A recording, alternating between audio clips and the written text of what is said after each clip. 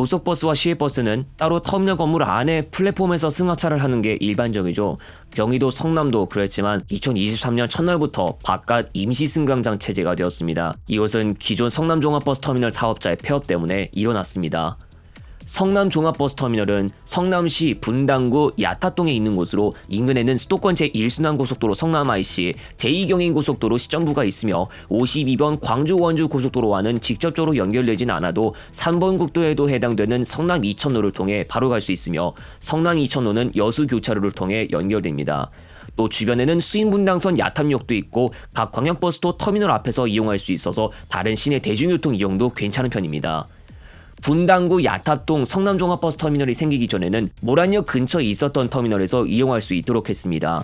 하지만 전에 비해 모란역 일대가 혼잡해지고 터미널의 노후화 문제도 떠올랐습니다. 야탑동으로의 이전은 테마폴리스 상가와 함께 원래 2000년에 할 예정이었다가 건물 임대료나 환기시설 관련 문제로 일정이 연기되었고 2001년 건물 소유주 한국부동산신탁의 부도가 겹치면서 한때 이전 무산 위기가 대두되기도 했습니다. 성남시에서는 우선 고속버스 노선부터 야탑동으로 옮기기로 하고 시외버스는 환경성 용역이 끝나야 구체적인 협의가 이루어질 것이라 덧붙였고 이에 따라 2001년에 먼저 고속버스 노선들이 야탑동으로 이전하면서 운행을 시작했습니다. 시외버스 노선들은 2004년에 모두 야탑동으로 이전했는데 테마폴리스의 비싼 임대료를 이유로 그동안 이전을 하지 않았다가 수입에 관계없이 일정 금액을 납부하는 형태로 합의에 성공했습니다.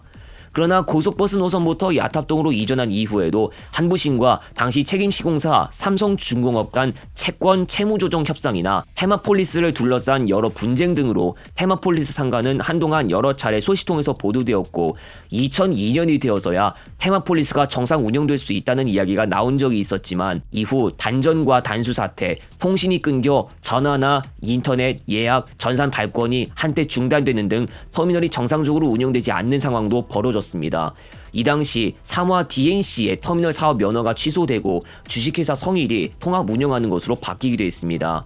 또 모든 노선들이 야탑동으로 이전한 이후로도 상가 곳곳이 비어있기도 하거나 소유권 분쟁이 이어지기도 하면서 진정한 야탑동 터미널 시대가 개막하고 나서도 진통을 겪었습니다. 야탑 터미널은 모란역과는 수인 분당선으로 단 한 정거장 차이 수준의 거리였기 때문에 모란 구터미널과 야탑동 터미널 간 거리는 길지 않았습니다. 광역 전철은 있지만 성남에서 수도권을 제외하고 시외로 나가는 대중교통편을 이용할 수 있는 시설이 성남종합버스터미널이 유일하고 적어도 서울에 있는 역으로 나가야 합니다. 성남종합버스터미널은 당연히 성남시에서 시외로 나가고자 하는 사람들을 위하는 시설이긴 하지만 바로 북쪽에 인접하고 있는 송파구나 강남구 일부 승객을 위한 시설이 되어주기도 했는데요. 반포동 서울고속버스터미널까지 가는 것보다 성남종합버스터미널까지 가는 것이 오히려 더 간편한 방법이 되었습니다. 물론 서울 일대 터미널보다는 노선 운행 횟수나 노선 수는 조금 적었겠지만 접근거리만큼은 성남종합버스터미널이 더 짧은 편이기도 했습니다. 기차를 이용하러 가기에는 버스보다 더 번거로운 편이었던 성남시였고 성남종합버스터미널이 그에 맞는 역할을 제대로 수행해 주었지만 2016년부터 성남종합버스터미널에 어둠이 드리워집니다. 2016년 9월에는 경강선 광역전철 판교에서 여주간이 개통되었는데 이 광역전철로 인해 이천방향 시외버스에 큰 영향을 주면서 2023년 12월 기준으로 단 한 편도 찾아볼 수 없는 수준이 되었습니다.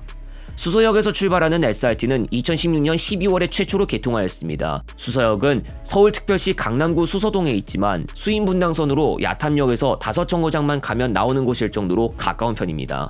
부산이나 광주 송정 방향 SRT 운행으로 성남시나 서울 송파구, 강남구 일부에서 출발하는 사람들은 수서역을 찾아 SRT를 이용할 만한 명분이 생겼고 이는 자연스레 성남발, 호남, 경부선 개통 고속시외버스 전체 수요 감소로 이어지게 되었습니다. 특히 부산 방향은 SRT가 편도 최대 40회라는 많은 운행 횟수를 보이면서 버스편이 위축되는 결과를 낳았습니다. 2020년 1분기 중 우리나라에도 퍼진 코로나 바이러스는 대중교통 수요가 갑작스레 낮아지는 상황으로 이어졌고 고속 시외버스 운행 횟수도 급격히 내려가거나 결행되는 경우도 있었습니다. 이뿐만 아니라 성남에서 출발하는 단거리 시외버스 일부가 광역버스로 전환되는 등 터미널 매표가 전혀 필요 없는 노선이 추가로 생겼고 일부분 자가용으로의 수요 이탈도 영향을 주었습니다. 2019년 하루 평균 이용객 6,700명이었던 게 2022년에는 3,500명으로 줄어들었고 이것은 곧 터미널 운영에도 크게 영향을 주어 적자가 더 누적되는 결과를 초래했습니다. 성남 종합버스터미널은 결국 경영난으로 인해 2021년 12월 13일에 휴업을 공지했다가 21일에 성남시와의 면담을 통해 휴업을 철회했습니다. 이 면담에서는 성남형 연대안전기금 1억 3천만 원을 지원하는 것으로 협의했고, 이외에 성남시에서 16억 8천만 원을 2022년에 터미널에 지원하고 2023년에도 재정을 지원하겠다는 의사를 비쳤지만 터미널 운영 사정은 크게 나아지지 않았는지 사업자 측은 터미널 운영을 그만둡니다. 이로써 2001년 고속버스부터 시작해 야탑동 터미널 시대를 개막한 지 약 21년 만에 마지막 날을 맞이했고, 2023년 1월 1일 이후로 KD 운송그룹을 통해 임시 승강장이 마련되어 운영 중입니다. 골목길에서 탑승이나 하차를 해야 하고 터미널 건물 안에서 박차를 하던 것은 성남동 대형 공영주차장으로 바뀌었습니다. 이제 임시 승강장으로 전환된 지 1년째를 맞이하는 시점이고, 다시 번듯한 건물 안에서 고속 시외버스 승하차를 하는 것과 안전한 버스 이용을 원하겠지만 미래를 생각하면 어둡기만 한데요. 경강선의 여주에서 서원주 구간과 월판선 등이 완성된 이후 이 구간을 통해 KTX 열차가 원주, 강릉, 동해 방향으로 운행하고, 모란역을 끼는 수서 광주선이 미래에 개통한 이후 중부 내륙선 경유 문경 방향 KTX가 운행할 것을 생각하면 시외버스의 입지가 불투명해 보이는 편입니다. 지자체에서 터미널을 직접 운영하겠다고 하더라도 근본적으로 기차 노선망의 확대가 예정돼 있기 때문에 고속 시외버스 쪽을 더 살릴 수 있는 방법이 마땅치 않은 것도 있습니다.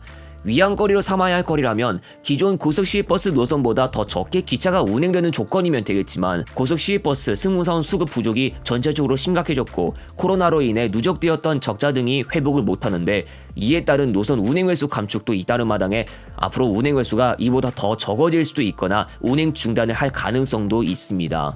성남에서 출발하는 고속 시외버스 노선 전체가 소수로만 운행하는 형태로 내려앉는다면 성남이 아니라 인접하는 서울에서 시외로 나가는 대중교통을 더 이용해야 하는 상황이 벌어지거나 자가용으로의 이탈이 지속될 상황도 벌어질 수 있습니다. 아직 철도로는 쉽게 갈 수 없는 구간이나 지역도 있지만 근본적으로 성남에서 바로 고속 시외버스를 이용하는 승객수가 감소한 데 따른 결과로 이어진 것이고, 인접하는 서울로 가야지만이 많은 시외 방향 대중교통 편을 볼 수 있다는 것에 기인합니다. 또는 많이 발달된 도로망을 활용하면 되는 자가용이라면 최초 출발지에서 최종 목적지까지 단번에 이동도 가능하고 다른 사람들과 직접적으로 섞여 이동할 일도 없습니다. 사실 자가용으로의 이탈이 불러오는 효과는 철도, 버스 수요의 동시 감소로도 이어질 수 있는 부분이 있기 때문에 육상 대중교통 전반에서는 좋을 수 없는 부분입니다.